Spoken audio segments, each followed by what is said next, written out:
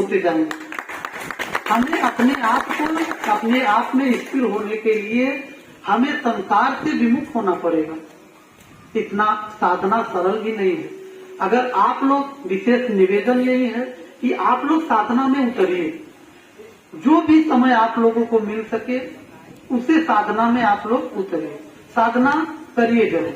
क्योंकि आप लोग यहाँ तो सुन करके जाएंगे कि नहीं, संत गुरु लोग बताए हैं तो हम लोगों को भजन करना है।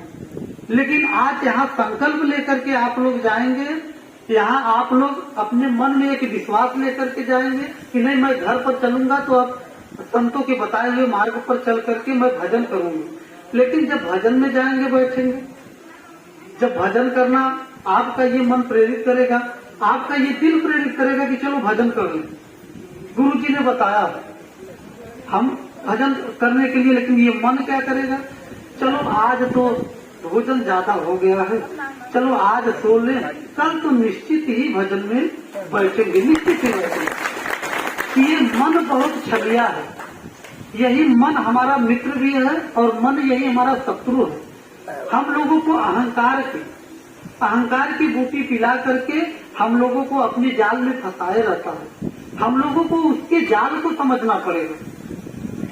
आज हम कहेंगे कि चलो भैया आप लोग जो है विकारों को समाप्त करिए, अपने विकारों से दूर होइए, आप इंद्रियों को सुख से ऊपर उठिए, तो कोई न कोई कमी, कोई न कोई एक विश्वास की दीवार खड़ी करेगा। मन खड़ी करके उसके बाद आपको छलने का काम करेगा।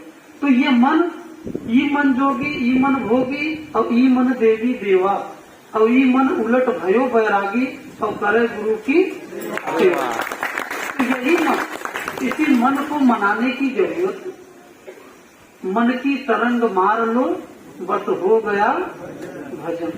कितना बड़ा सुंदर कबीर साहब ने भजन ये बोला है कि मन की तरंग मार लो, बस हो गया भजन। बड़ा सुंदर भजन है। सहायता आप लोग भी गान कर ले तो एक जागरण भी बन जाएगा। बोलिए सद्गुरुदेव की जय। मन की तरंग मार लो, बस हो गया भजन। मन की तरंग मार लो,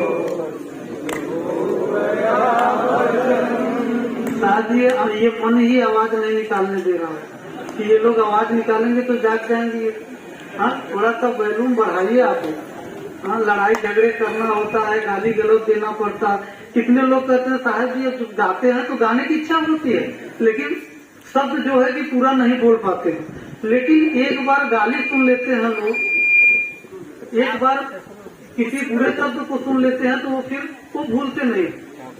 तो इसलिए साहब कहते हैं कि मन की तरंग मार लो, बस हो गया भजन। मन की तरंग मार लो, बस हो गया भजन। आदत बुरी सुधार लो, बस हो गया भजन। सुधार लो, बस हो गया भजन। आए हो तुम कहाँ से, जाओगे तुम कहाँ। आए हो तुम कहाँ से, आओगे तुम कहाँ। इतना तो दिल विचार लो, बस हो गया भजन। इतना तो दिल विचार लो, बस हो गया भजन। गुरु कबीर साहब कहते हैं कि मन की तरंग, हे मनुष्य, हे भाई, अपने मन की तरंगों को ही तो मारना है। मन की तरंग मार लो, बस हो गया भजन। आदत बुरी सुधार लो, बस इतना तो चिंतन करिए। आए हो तुम कहाँ से, जाओगे तुम कहाँ। इतना तो दिल विचार लो, बस हो गया। हम हम लोगों को चिंतन करना चाहिए, मनन करना चाहिए। हम लोग अभी सुबह से उठ करके शाम तक यही मान करके बैठते हैं, बस सुबह में ड्यूटी जाना है, कहीं भी जाना है, दर्पण में इसी रूप को देखते हैं, इसी फेस को देखते हैं, बस मान कर बैठते हैं कि मैं यही।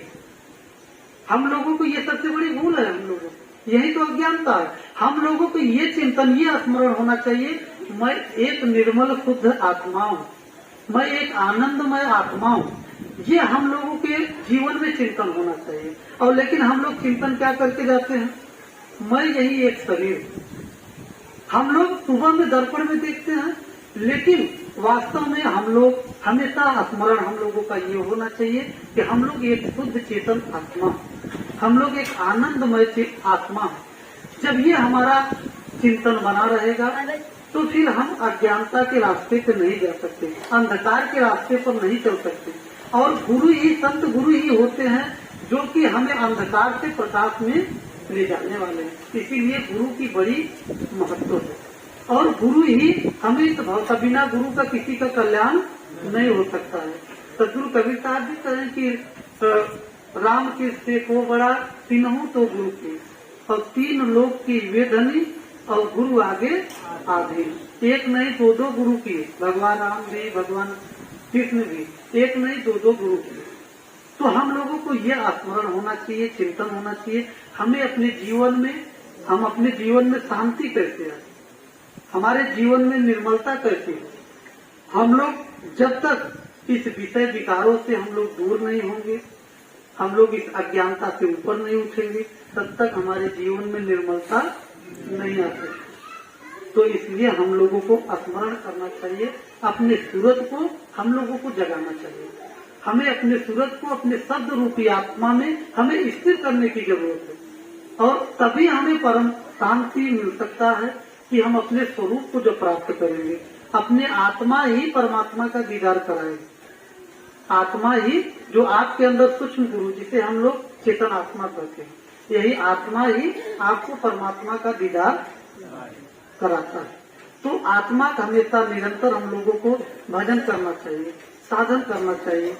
जब भी आप सोते समय और सुबह उठिए तब, जब भी आपको समय मिले, कोई ब्रह्म मुहूर्त नहीं है। ब्रह्म मुहूर्त इसलिए बनाया गया है सुबह का 3 बजे से 6 बजे तक ये ब्रह्म मुहूर्त बनाया गया है। इसलिए बनाया गया है कि उस समय एकदम शांत वातावरण होता है, शांत वातावरण होता है, और आपके जो भी हवा भी शुद्ध होती है, और इस समय कोई जो है कि हलचल नहीं होता है बाहर, और आपके अंदर भी कोई हलचल नहीं होता है। ये मन जो है, जब आप निद्रा से उठते हैं तो कोई मन में चिंतन नहीं होता है, एकदम निर्विकार अवस्था होती है, एकदम शुद्ध अवस्था होती है, एकदम पावन।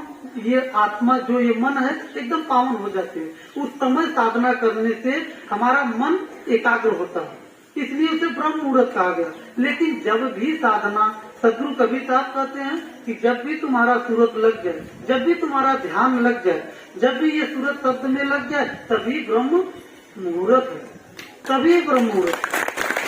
इसलिए जब भी समय मिले, कोई ये निर्धारित मत करिए कि सुबह में उठेंगे तभी करेंगे, लेकिन एक नियम बनाइए कि नहीं, सुबह में हमें उठ करके ध्यान करना है, भजन करना है। लेकिन नहीं, ये मन थोड़ा सा आपको निद्रावस्था में तुरंत ले जाएगा।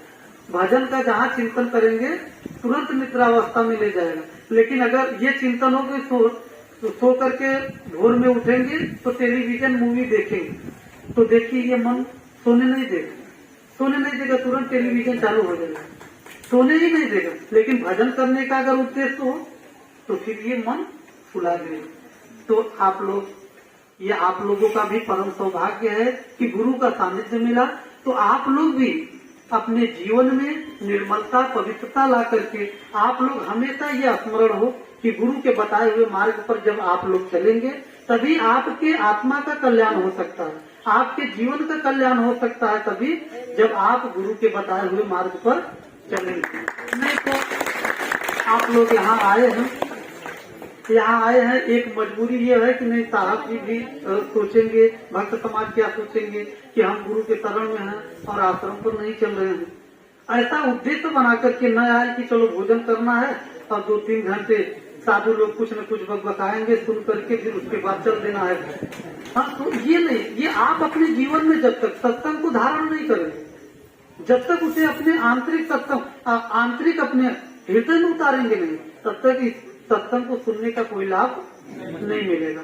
इसलिए अपने जीवन को पवित्र निर्मल बना, हमें तो बड़ी खुशी मिलती है, हमें तो अब पहले से अपेक्षा बहुत खुशी मिलती है। आप लोगों से बड़े संतुष्ट हम रहते हैं, इसलिए कि किसी की सासू माँ आती है, किसी के ससुर जी आते हैं, किसी के पिता आते हैं, किसी की माता आती है, किसी की पत्नी आती है, किसी के पति आते हैं, किसी के देवर देवरानियां जेठानियां आती हैं, तो ये कहते हैं कि गुरुजी जब से हमारी देवरानी यहाँ आने लगी बहुत परिवर्तन हुआ, अब लड़ाई झगड़े कम हो गए, और जब से यहाँ हमारी बहू आने लगी, इसलिए सासू माँ कहती हैं, ससुर जी भी उनके कहते हैं, माता पिता लोग कहते हैं कि गुरुजी जब से आश्रम पर आने लगी तब से उनके जीवन में बड़ा परिवर्तन हुआ। कितनी बहुएं आती हैं, गुरुजी हमारे सासू माँ ससुर जी जब से आश्रम पर आने लगे, सत्संग सुनने लगे, उनके जीवन में बहुत परिवर्तन हुआ। तो आप लोग भी यहाँ एक संकल्प लेकर के जाइए कि हम, और वास्तव में हम लोग, हमें भी, हम तो दक्षिणा मांगते नहीं, दक्षिणा आप लोग जो देते हैं हम ले लेते हैं, हम तो मांगते नहीं। अगर आप लोगों का हाँ हो तो कुछ हम दक्षिणा आप लोगों से मांगे, ज्यादा नहीं मांगेंगे, आप लोग दे सकते हैं, बहुत ज्यादा नहीं मांगेंगे। अगर आप लोगों का हाँ हो तब तो हम दक्षिणा में आप लोगों से कुछ दक्षिणा मांगे। आज गुरु पूर्णिमा भी है, तो कितने लोग दक्षिणा देने के लिए राजी हैं? अपने हाथ उठा, सब लोग देंगे दक्षिणा, ज्यादा मांग लेंगे तो हमें आज देखिए, आप लोग दक्षिणा हर पूर्णिमा पर देते हैं, जब भी आते हैं हमें दक्षिणा देते हैं, लेकिन आज हमारे झोली में हमें आज दक्षिणा के रूप में आप लोगों के जीवन में जो क्रोध है, जो आप लोगों के जीवन में बुराइयां हैं, आप लोग इतना जो राग द्वेष कलेश आप लोगों के जीवन में है, वही हमें दक्षिणा में दे दीजिए तो हमारा जीवन धन्य हो जाएगा। अरे हम आपके बुराइयों को ही तो मांग रहे हैं, आपके बुराइयों को तो ही तो मांग रहे हैं। अरे ऐसे संत कौन मिलेंगे भैया, हम आपकी बुराई को मांग रहे हैं, आपको अच्छाई को तो थोड़ी ना मांग रहे हैं। आप अपनी बुराइयों को यही छोड़ करके जाइए, एक संकल्प लेकर के जाइए कि हम अपने जीवन को पवित्र बनाएंगे, निर्मल बनाएंगे, और कभी अपने जीवन में क्रोध आए तो सद्गुरु का स्मरण कर लीजिए, क्रोध आए का ध्यान करिए, परमात्मा का ध्यान करिए, वो मालिक की कृपा होगी, वो बंदी छोड़ की कृपा होगी, तो आपके जीवन में जरूर आपका जीवन सुखमय आनंदमय जरूर बनेगा, और आपके जीवन में कभी भी दुख नहीं आ सकता। लेकिन आप एक निष्ठा से एक परमात्मा की भक्ति करिए, एक परमात्मा का सुमिरन करिए, लेकिन वास्तव में हम परमात्मा पर विश्वास कम कर देते हैं। जो जिज्ञासा लेकर के हम शुरुआत में आते हैं, दीक्षा लेने के पहले, क्या वही भाव बना रहता है? आज भी वही भाव है? कुछ न कुछ अपने हृदय में झांक कर देखिए, क्या वही भाव है? कम हो गया, कम होता जाता है, श्रद्धा भी कम होती जाती है, समर्पण भी कम होता जाता है, भाव भी कम होता जाता है। इसलिए आपके जीवन में ये कलेश का वातावरण बनता है, अशांति का वातावरण बनता है। तो हमारा निवेदन आप सबसे है कि आप सब अपने जीवन को पवित्र बनाइए, निर्मल बनाइए। ये आश्रम की भी गरिमा बनेगी, हमारी भी गरिमा बनी रहेगी, और ये कबीर पंथ का भी, जो कबीर पंथ का मुहर लगा दिए, वैसे तो कबीर पंथी तो पूरा संसार है, लेकिन ये कबीर पंथ का मुहर लोग लगा दिए हैं। ये वाद में नहीं फंसना चाहिए, पंथ पंथाय धर्म ये सबसे ऊपर हम लोगों को उठ करके, एक हमारे सज्जन आए थे आश्रम पर, बोले गुरुजी जो है कि इस्लाम धर्म की बात हो रही थी, उनसे चर्चा हो रही थी, बोले गुरुजी इस देश से उनको निकाल देना चाहिए। भैया हम लोग का, हमने कहा कि भैया हम लोग उसके जिम्मेदार नहीं, वो सरकारें जाने, कानून जाने, संविधान जाने, वो किनको निकालना है किनको रखना है, और आप लोग निकाल सकते हैं भैया, लेकिन हम तो यही कहते हैं कि सबका डीएनए एक है, हर मनुष्य का डीएनए एक है। वो कौन सा डीएनए है? मानवता का डीएनए, मनुष्यता का डीएनए। ये जात पात मत मजहब और ये संप्रदाय से ऊपर उठ करके हमें एक मानवता का डीएनए अपने जीवन में धारण करना चाहिए, और ये जब तक वास्तव में जात पात धर्म मजहब से ऊपर नहीं उठेंगे, तब तक इस संसार में, इस देश में और इस समाज में शांति का वातावरण नहीं बनेगा। आज लोग कितने लोग हम देखते हैं कि आज इसी वातावरण में पले बड़े हैं, इसी वातावरण अपने अपने जातियों को लेकर के मैं बड़ा, ये छोटा, और इसी से अपने जीवन को एकदम अशांतपूर्ण जीवन बना लिए हैं।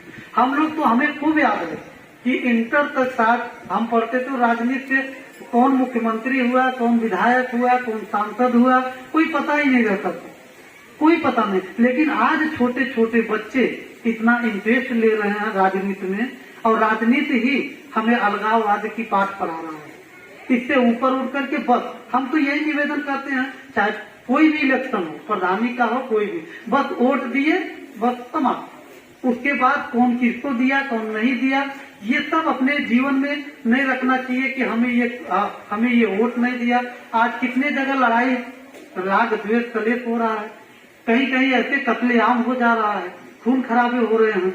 तो इससे ऊपर उठ करके सत्संग में संत महापुरुष यही मोटिवेशन देते हैं, यही संदेश देते हैं कि आप लोग भाईचारा, अपने जीवन में भाईचारा रखें।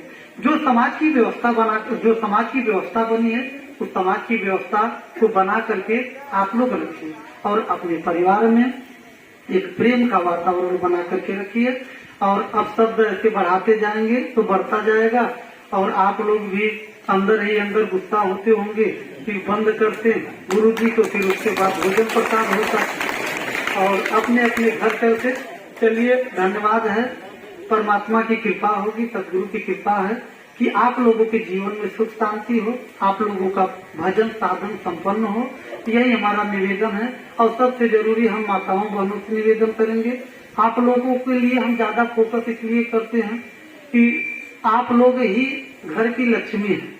झगड़े की शुरुआत लोग कहते हैं, हम नहीं मानते, लेकिन लोग कहते हैं कि माताओं बहनों से झगड़े का शुरुआत करते हैं। आप लोग नाराज मत होइएगा, ये मत सोचिए कि मैं भैया लोगों की तरफ से बोल रहा हूँ, लेकिन नहीं, वास्तव में झगड़े किसी मनुष्य के अंदर अच्छाई बुराई तो सभी के अंदर है। अगर किसी के अंदर बुराई उत्पन्न हुआ तो झगड़े शुरू हो जाएंगे। और हमें सबके प्रति अच्छा थिंकिंग होना चाहिए, हमें पॉजिटिव थिंकिंग होना चाहिए।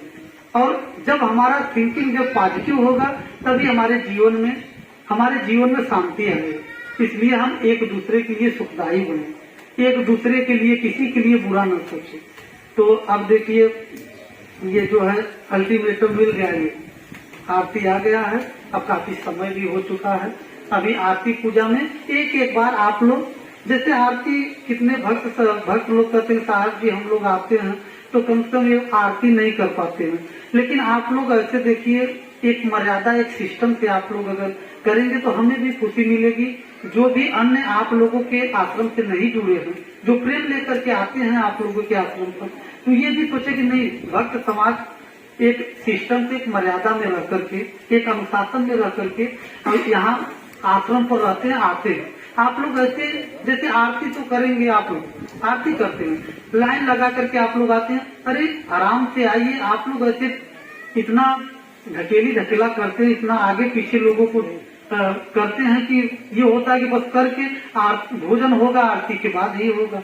आप लोग आराम से आरती करिए और जल्दी, मतलब एक बार अगर थाली पकड़िए, बस एक बार घुमाइए। आप लोग श्रद्धा, हृदय से श्रद्धा और श्रद्धा सुमन के साथ गुरु का स्मरण कर ले, आप लोगों का आरती पूजा हो गया। तो ये एक व्यवस्था के नाते, जैसे कुछ लोग रहते हैं तो आरती पूजा एक नहीं 3 बार व्यवस्था है कि 3 बार करिए, लेकिन जैसे ज्यादा आप लोगों की सुविधा के लिए ये किया जाता है।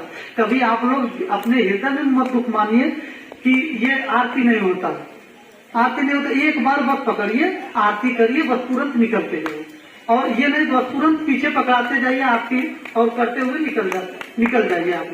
तो इसलिए हम आप लोगों से, और कुछ हमारे भैया जी देखिए, आज यहाँ ये जो है पवन देवता जी, आज देखिए हवा दे रहे हैं, यहाँ पंखे की जरूरत नहीं है, लेकिन आज हमारी ये सेवा मिला है। हमारी बहना है एक शारदा जी, हमारी बहना भक्तिमती बहना शारदा देवी जी हैं। तो ये बहना जी जो है कि इनकी ड्यूटी लगी, अब ये नौकरी पाई है। तो हमारे मिथिलेश भैया जी, मिथिलेश सिंह जी हैं, और ये मलेट्री के भैया जी मिलिट्री में हैं, उनकी बेटी है। तो बहना का ये संकल्प था नौकरी के बाद ये सेवा, पंखे का सेवा वो बहना जी के तरफ से है। और लगभग बहन जी ने लगभग 30 पंखे का सेवा दिए और ये पंखे इसलिए नहीं लग पाया लॉकडाउन के नाते ये सेवा पंखे का सेवा नहीं हो पाया, लेकिन मार्च से जनवरी के बाद उनकी सेवा लग जाएगी। उनके लिए एक बार आप लोग हृदय से धन्यवाद, ताली बजाकर धन्यवाद आप लोग ज्ञापित करेंगे। ऐसा कभी भी मत सोचिएगा कि गुरुजी कोई 100 रुपया देता है, कोई 50 रुपया देता है, कोई वस्त्र दान देता है। जो भी दान देता है सबका महत्वपूर्ण है, लेकिन कुछ लोगों को ऐसे बोलने लगेंगे तो काफी समय हो जाता है। कुछ विशेष में जो होते हैं, जो सेवा अनुदान दिए हैं, उनका बोल दिया जाता है कि इसलिए कि आप लोग हृदय से धन्यवाद उन्हें ज्ञापित कर सके। और हमारे भैया जी हैं, देखिए नाम थोड़ा भूल रहे हैं, हमारा समर टेबल जो है, आप लोग जल का जो जल पानी पीते हैं, हमारे बड़े गांव के हमारे भैया जी, देखिए नाम हम भूल रहे हैं, उनकी सेवा हमारे एक समर टेबल पूरा उनका सेट समर टेबल बिगड़ गया था, तो उनको मालूम चला तो उन्होंने वहां पे एक समर टेबल का दान दिया कि पानी का कोई सब भक्त समाज पीने में किसी को दिक्कत नहीं। चलिए धन्यवाद है आप सब। और जितने लोग भी हमारे भक्त समाज जो भी कुछ योगदान दिए हैं, सबके लिए एक बार, अपने लिए भी सबके लिए भी एक बार ताली बजाकर धन्यवाद आप लोग ज्ञापित करेंगे।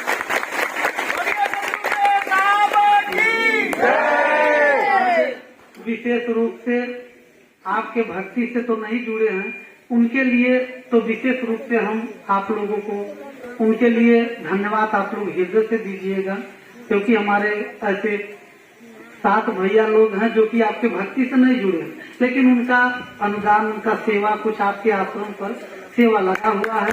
इसलिए उनसे हमारे एक अनुराग दुबे जी भैया हैं, टीचर हैं, वो हरिया में टीचर इस समय हैं और जो है कि पढ़ाते हैं। तो वो भैया की तरफ से एक 2001 गाड़ी ईटा का उनका सेवा मिला है बाउंड्री में, तो उनके लिए धन्यवाद देंगे। और ऐसे ही हमारे प्रभात मौर्य भैया जी हैं, उनके तरफ से एक हमारे भैया जी के तरफ से बालू का जो है सेवा मिला हुआ है। और हमारे अनुराग सिंह के तरफ से, भैया जी के तरफ से 30 बोरी सीमेंट का ये सेवा मिला हुआ है, तो उनके लिए धन्यवाद। ऐसे भैया जी बहुत लोग हैं जो सेवा उनका मिला हुआ है। और एक हमारे दूधनाथ भैया जी बूढ़े हैं, उन्होंने अपना एक रुपया से बचा करके पता नहीं कैसे वो रखे हुए थे, और सब बच्चों को उन्होंने, और बच्चों को जो उनके 4 बच्चे थे सबको बांट दिए, लेकिन उनका सेवा आश्रम के लिए कुछ सेवा रखे थे। और ये बनने के लिए आज हम लोग जो पंडाल में बैठे हैं, उनका 1 लाख रुपए का सेवा मिला था, उनके लिए एक बार धन्यवाद।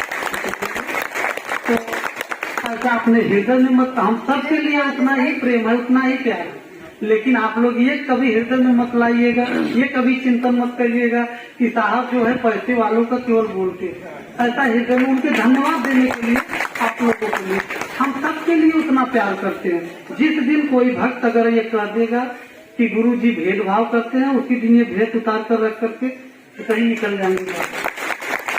हमें सबसे प्रेम है, किसी से कोई भी हमारे भक्त हो, भक्ति से जुड़े हो या किसी अदर भक्त हो, मैं सबको समान प्रेम देता हूँ। किसी को, हाँ किसी को ज्यादा प्रेम, अब जैसे हमारे डॉक्टर साहब हैं, इनकी सेवा महान है। ये सेवा हमारे संतों की बहुत सेवा करते हैं। दवा की सेवा हमारे डॉक्टर साहब चिंतामणि महोदय साहब जी करते हैं, बहुत सेवा करते हैं। अब ये सेवा करते हैं तो इनको ज्यादा पूछना पड़ता। अब ये हो कि इनको ही काहे साहब ज्यादा मांगते हैं, क्यों पूछते हैं? क्योंकि वो सारी जानकारी है, कहाँ आरती कब कैसे बनाना है, कैसे क्या करना है। अब हमारे कागज का काम हमारे वकील साहब जी लोग देखते हैं, जो मुख्तार हैं, हमारे भारत लाल जी, हमारे उमा शंकर साहब जी, हमारे भैया लाल पटेल जी साहब जी, ये सब हमारे मुख्तार हैं, एक मेंबर है। तो इनको इसलिए पूछना पड़ता है कि कोई जरूरतें हैं, काम है आश्रम के। तो यही समझ लीजिएगा कि अगर गलती कोई संतों का दिखे या मेरा दिखे, तो गलती 3 प्रकार की है, खूब जान लीजिए खूब अच्छी तरह। आज गांठ बना करके रख लीजिएगा। गलती एक जानबूझकर गलती किया जाता है, एक दूसरा गलती अनजान में गलती होती है, और एक तीसरा गलती मजबूरी में होती है। अगर कोई गलती देखिएगा तो समझ लीजिएगा साहब जी की कोई मजबूरी है। तो मजबूरी है। आपके आश्रम की सुरक्षा के लिए अगर कोई मैं कदम उठाऊंगा तो आपके आश्रम की सुरक्षा के लिए, आपके आश्रम की सेवा के लिए। और मैं तो अपने जीवन में ये पद की केवल गरिमा रखना पड़ता है, ये पद की गरिमा रखते हैं, गुरु पद है इसलिए इसकी गरिमा रखते हैं। और हम अपने हृदय से न तो इस पद के लायक मानते हैं, न इस पद को हम कभी ग्रहण किए हैं, बस इस पद की गरिमा रख करके ये आश्रम का संचालन कर रहे हैं। तो ये और हमारा परम सौभाग्य है कि आप सब आप जैसे धर्म प्रेमी हमें मिले, हमारा परम सौभाग्य है। कितना हमें आप लोग स्नेह देते हैं, प्रेम देते हैं, अपने हृदय में हमें रखते हैं, ये हमारा परम सौभाग्य है। इतना हमें ऐसे ही हमें प्रेम करते रहे, अपने हृदय में हमें बसा कर रखेंगे तो हमारा भी जीवन ऐसे धन्य, आप लोगों के सानिध्य में हमारा भी जीवन बीत जाएगा। और सदगुरु के मार्ग पर चल करके आप लोग भी अपना जीवन धन्य बनाएं। और इसी के साथ हम सदगुरु से निवेदन और कामना करते हैं कि आप लोगों के जीवन में मंगलमय की वातावरण हो, आपके जीवन में सुख शांति आए, आपके जीवन में, आपके घर में समृद्धि हो, यही हम कामना करते हुए आइए हम सभी इस संसार के लिए सुखमय की हम लोग कामना कर लें। और